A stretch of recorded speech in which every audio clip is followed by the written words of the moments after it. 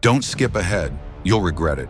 By the end, you'll have your friends and colleagues begging for more. Use these techniques with caution. Too much influence might just make you the world's most terrifying cult leader. But hey, at least you'll have a loyal following for a while.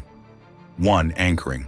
Anchoring allows you to associate a particular feeling or emotion with a specific trigger, controlling how someone feels and reacts in a given situation. Example number 1. Selling a car. This car is a real gem, and I'm sure you'll be very happy with it. By the way, the price is $10,000, but I'm willing to come down a bit. This makes the buyer more likely to agree to the price. Second example, convincing a friend. This band is amazing, and I'm sure we're going to have a great time. By the way, the concert is $100, but I can get us a discount. This makes your friend more likely to agree to go. Remember, be subtle and don't overdo it. You don't want to be known as the office manipulator. 2. Social proof. People are more likely to follow the actions of others, especially when they're unsure of what to do. Example, new restaurant. This restaurant is really popular and a lot of my friends love it. I think you'll really enjoy it too. This encourages the group to try the restaurant. Just make sure those friends actually exist. Nobody wants to be the social proof pioneer for a restaurant serving mystery meat. 3. Scarcity. People value things more when they're rare or in short supply. Example, selling a product. This product is in high demand and we're running low on stocks. If you don't act now, you might miss out on this amazing opportunity.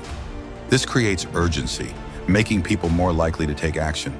Scarcity breeds desperation, and desperation breeds very eager customers. Just make sure your product is safe. 4. Commitment and consistency. People are more likely to follow through on a commitment if they've made it publicly or in writing.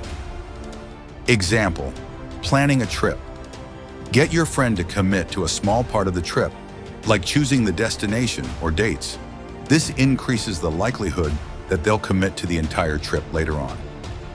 5. Mirroring. Mimic the body language, facial expressions, and speech patterns of the person you're talking to. This creates rapport and trust.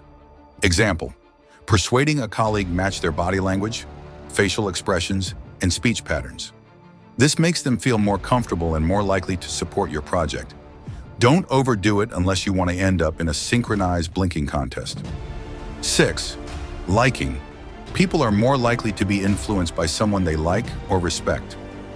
Example, winning a client. I noticed that we both love rock climbing. Have you tried the climbing gym downtown? This creates a positive connection, making the client more likely to work with you. Even a shared love for true crime documentaries can build a bridge of influence. 7. Authority. People are more likely to follow the lead of someone they perceive as an authority figure. Example, adopting a new workflow.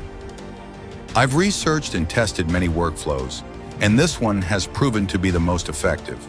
I strongly recommend that we adopt it. This establishes you as an authority figure, making employees more likely to follow your lead. 8. Reciprocity. People feel obligated to return favors.